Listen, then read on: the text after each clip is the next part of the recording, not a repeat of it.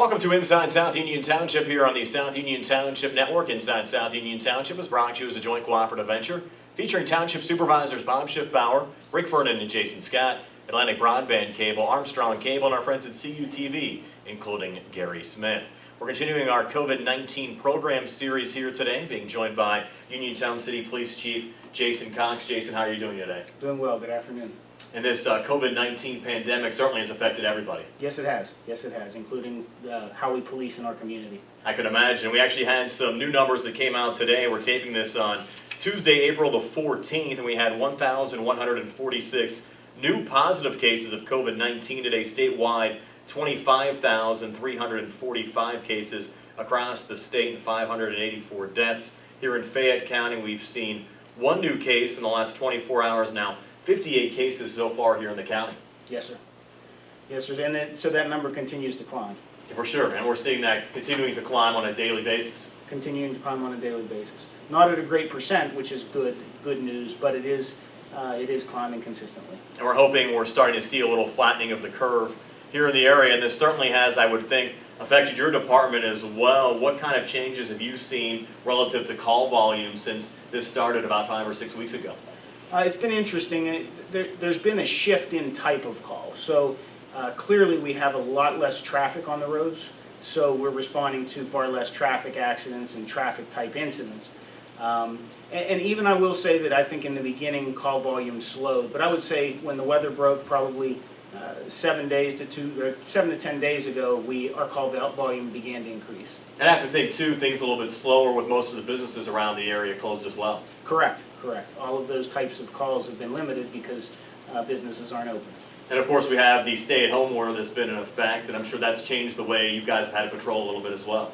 It is, and I mean it's given us an opportunity, in times like this where there's uncertainty and potentially some fear, we have really tried to focus on the patrol aspect within the community so that maybe we're not as visible walking the streets and interacting with people, but we are in the community. We are patrolling the communities, and when you look out your window, you can see us coming down the street, and hopefully it brings some calm to some of our residents. And of course your goal is not only to protect your officers, but protect the public as well. What types of implementation have you put into place to not only protect your officers, but make sure the community is protected as well? We've been fortunate. We have been able to supply all of our officers with the N95 masks. And there are certain instances where, by policy, we're required to wear them, and then there are other instances where it is at the discretion of the officer on that particular call.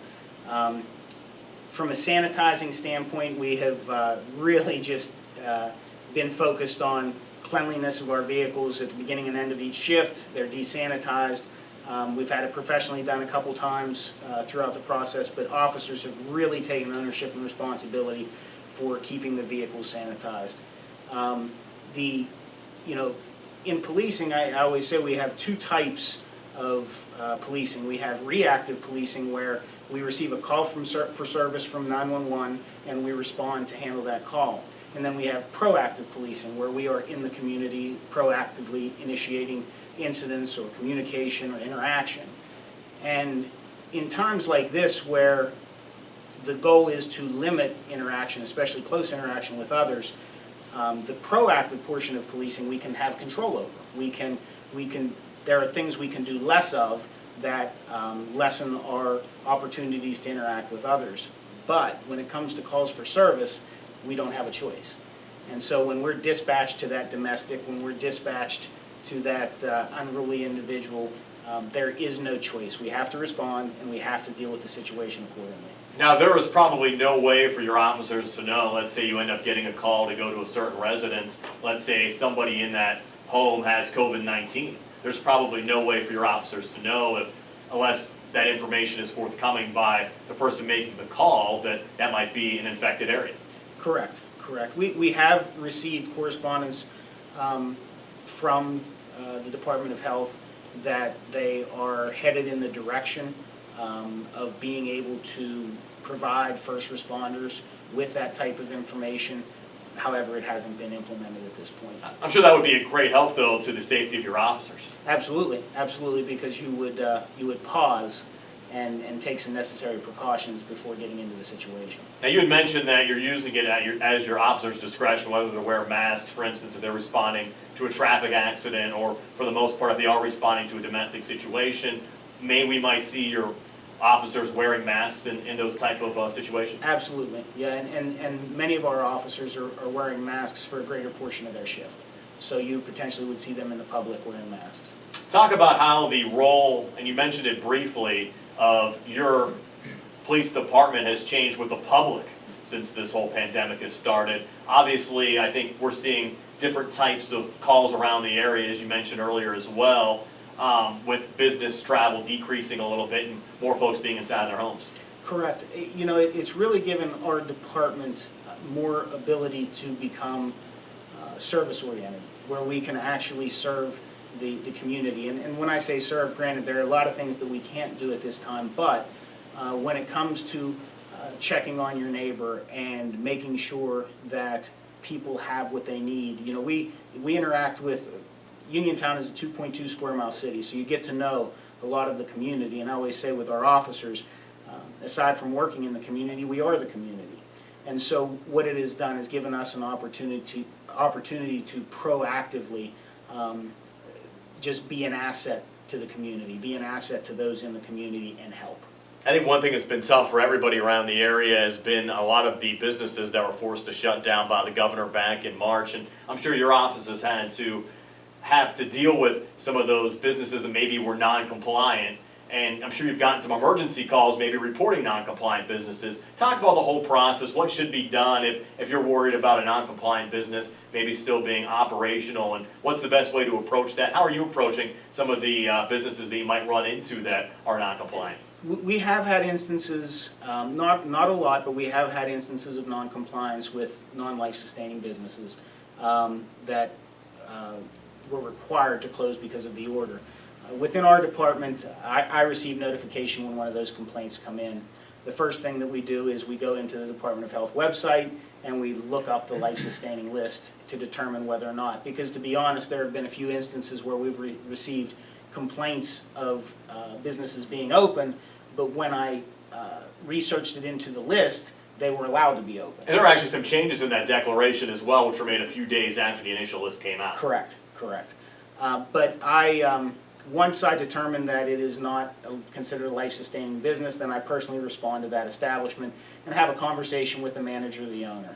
And you know, that conversation consists of me just questioning whether or not they are aware of the order, explaining the order to them, and explaining that because of the order, there's a need for them to be closed at this time.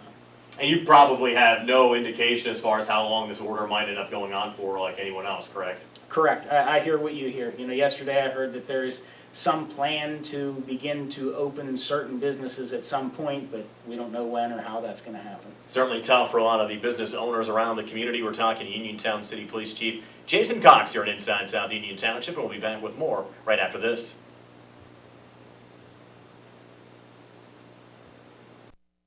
Davis & Davis, attorneys at law. Every person who's been injured, when they come in, has an expectation that their case is important, and it is to us.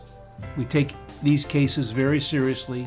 So that experience that we have is unique also because we have experience in these communities, in Uniontown, in Washington, in Waynesburg, in these court systems.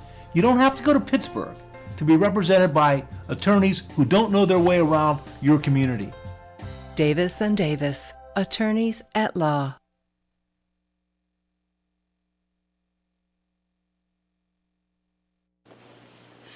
We're back here in Inside South Union Township. Brian Morozak being joined by Uniontown City Police Chief Jason Cox. And Jason, we're talking about the COVID-19 pandemic.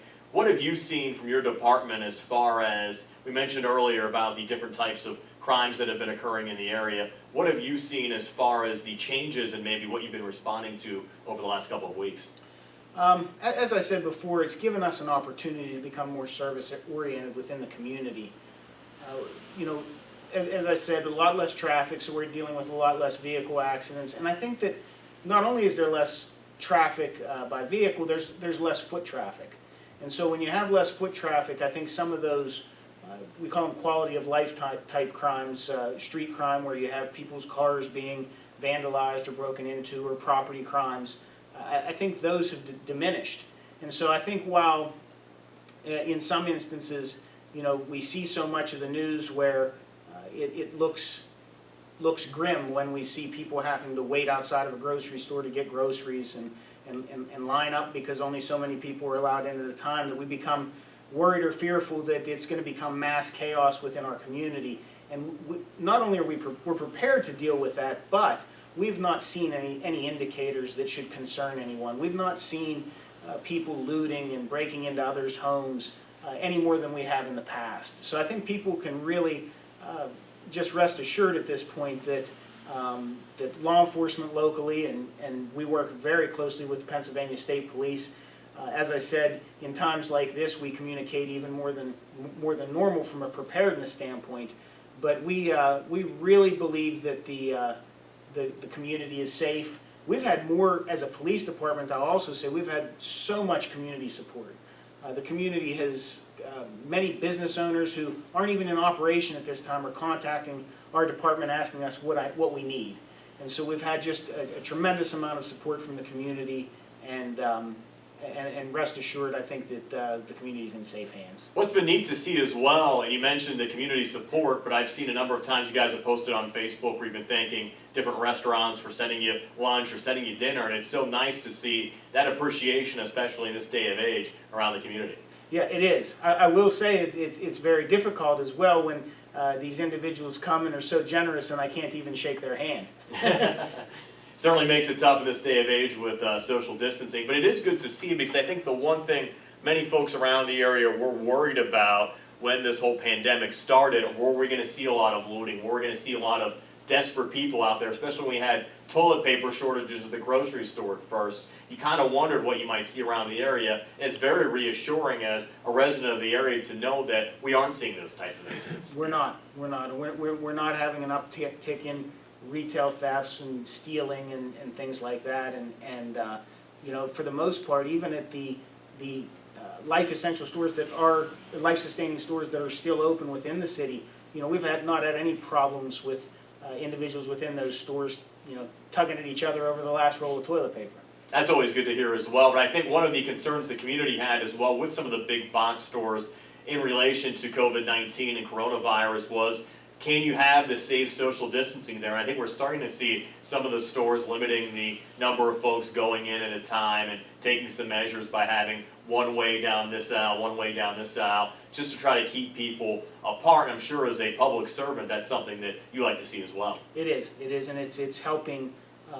It's helping create an environment where social distancing can be maintained even in those environments. And it's going to be tough for all of us to know how long this is going to be in effect for. And we all hope that this is going to be something that is going to go away here within the next couple of months. But I'm sure it's tough from a preparation standpoint for not only the public, but your department as well, to know what's going to happen here down the road. It is, and we're dealing with the unknown. The reality is, I'm not a physician or a scientist, but it seems that these, at least some of these measures that we're employing at this time are going to be long-term measures until something more significant can be done, whether it be a vaccine or the virus itself dying off.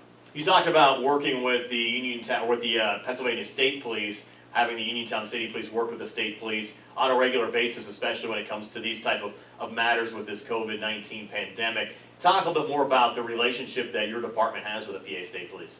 The Uniontown City Police has a great working relationship with the Pennsylvania State Police. It would be Troop B here in Uniontown. They assist us on many matters within the city, and then we assist them as well in the township. It's great camaraderie.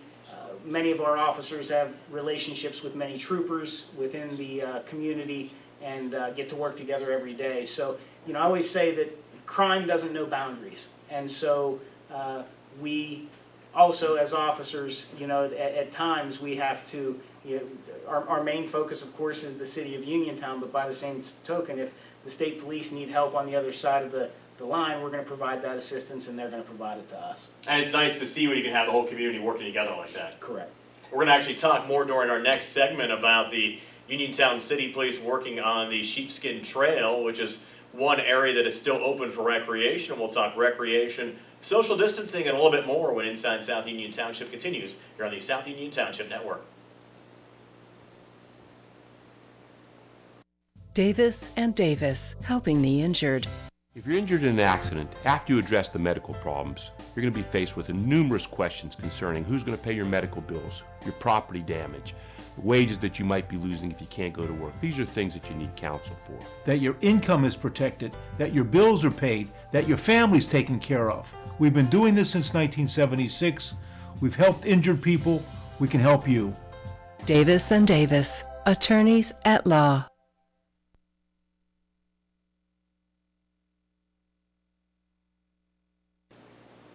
Welcome back to Inside South Union Township here on the South Union Township Network, continuing our COVID-19 program series with Uniontown City Police Chief Jason Cox. A reminder that all of our programming available both on Atlantic Broadband and Armstrong Cable, Atlantic Broadband Channel 17, Armstrong Channel 61, gracious enough to run all of our COVID-19 program series on a loop. If you'd like to watch anything on demand, you can watch it on our YouTube page by searching South Union TV. You could also follow the South Union Township Network on Facebook for program updates. It's facebook.com/South Union TV. Again, being joined today by Uniontown City Police Chief Jason Cox. And Jason, a lot of the talk has been social distancing. You think we're doing enough of it around the area? I hope so. I think that our numbers locally are consistent with some success at social distancing, at least to this date. What recommendations are you making around the area as far as social distancing is concerned? Well, I mean, we've received a lot of guidance from the Department of Health and the CDC, and it's on every channel all day long pretty much. So, you know, our hope is just that the citizens of Uniontown and society in general just takes heed to those words. And, you know, while I'm aware that everyone measures risk differently, I think that the wise choice at this point would be to, in some way, abide by the standards that are put forth. Do you think the younger people in our community are taking this serious enough? I don't. I think that, you know, there's some invincibility behind being young, at least in the thought process. And I think that, you know, when they hear or see that they're not, by age, they don't have much of a proclivity of it being as serious as it is on the in folks that are older, they become lax. But I think that the reality is they need to understand that they all have parents and potentially grandparents that are in those age groups, and that unless they concentrate on themselves on the social distancing aspect and they're carefree and they expose themselves, that they could then take that home to someone else. I think it's tough for everybody to really take in because we haven't seen anything like this in our lifetime before. That's correct. I've not seen anything like it in my lifetime, that's for sure. How is this affecting your officers, both from a physical standpoint, a mental standpoint, and financially as well? Because I think it's impacting everybody out there. It's impacting everyone. You know, from a financial standpoint, and we've had this conversation at the police department, we're thankful that we're in a vocation that we can continue to come to work, continue to earn a paycheck. But at the same time, that comes with some risks. And, you know, as I said earlier, there are many instances where officers don't have a choice in regards to social distancing, or they are in the middle of a situation, before you know it, and don't have time to prepare and put gloves on and put a mask on. So I think it's just, you know, I won't say that it's cautious. I would describe officers' approach as being cautious, that they're aware of the risks that are associated, and they are taking all precautions that we can, and from a sanitation standpoint, and utilizing the PPE. But by the same token, they are coming to work every day. Do you think our area was prepared for this as far as everything that's broken up and broken out here over the last couple of weeks? I think it's really caught everybody off guard. It's caught everybody off guard, but I think we're fortunate because I don't know of, you know, our hospital wasn't overwhelmed. In law enforcement, we have not dealt with anything that we weren't able to handle. I would say that because the hot spots have not been local, that it has given us an opportunity to prepare. You know, I've had constant communication with the lieutenant at the Uniontown State Police Barracks, Lieutenant Dowling, and you know, we have formulated policies and plans regarding prisoners and transportation of prisoners, and if they need hospital care, but yet they need committed into the jail, and we've coordinated all of those things with the hospital.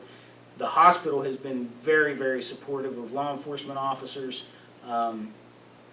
You know, to date, in order to be tested for COVID, you have to have a prescription. The Uniontown Hospital has made law enforcement all through Fayette County aware that in any event that a first responder comes into potential contact and is at risk or believes they may have COVID, that they will facilitate the test regardless. There's a physician that will issue the prescription. So we've had a lot of support in the community, and I think we've been fortunate that because our numbers have not been high, we've been able to prepare during the event. Have any of your officers had to be tested yet? They have not. We have not had any officers that have been tested, quarantined, the need for quarantining, or a suspicion of contact. You mentioned the Uniontown Hospital. I thought, as you said, they've done a great job by setting up the testing center up by the old Kmart location, and what they've done as well, even within the hospital, to break things down just to make sure there's no cross-exposure taking place. Correct. They've done an excellent job.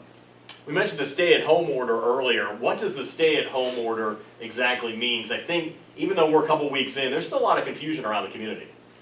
There is, and there are a lot of aspects of the stay-at-home order that, you know, that there are permitted activities as well, and so it becomes convoluted because, in a general sense, the goal is to get people to stay home if you're not working or you don't have a need to be out in the community, a need to go get your groceries, or a need to pick up prescriptions. But by the same token, exercise is permitted and being out is permitted, and so taking walks. So it becomes convoluted. But I think the ultimate goal is, if we can stay home for the most part, unless you're at work or doing something that's needed, or exercising, but while you're outside, maintaining that social distance. Let's talk about, you mentioned recreation. As far as the public parks around the area, what's open and what's not open at this point? In the city of Uniontown, we have closed all of the public parks. The parks in Uniontown mainly have basketball courts, and that is more of a contact sport, which generates concerns, especially with what's going on with the pandemic. So the city has opted to close all of our parks. However, as the Uniontown City Police Department contracts with South Union Township, and our department covers a portion of the Sheepskin Trail. The Sheepskin Trail is still considered a permitted activity, even under the stay-at-home order, so it gives people the opportunity to come out and walk on the trail while maintaining social distance, but they have an opportunity to exercise and be active outdoors. It's certainly a great way, as you mentioned, to get outside and create some level of activity while staying safe at the same time, because while the stay-at-home order is in effect, I don't think you want to get the population to the point where they're just sitting on their couch all day not doing anything. You want to still have some level of activity, of going outside and getting some exercise out there as well. Absolutely, absolutely.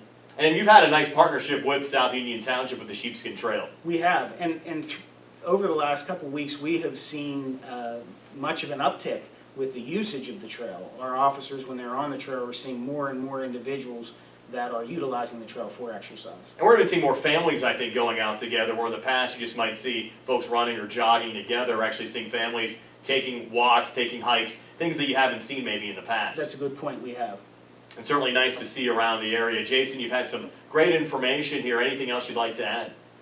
No, we just, you know, I'll call it a strange time, and I think at this point we need to just focus on the recommendations that we have, do the best job we can at abiding by the stay-at-home order, and hopefully at some point in the near future some of these restrictions will begin to subside.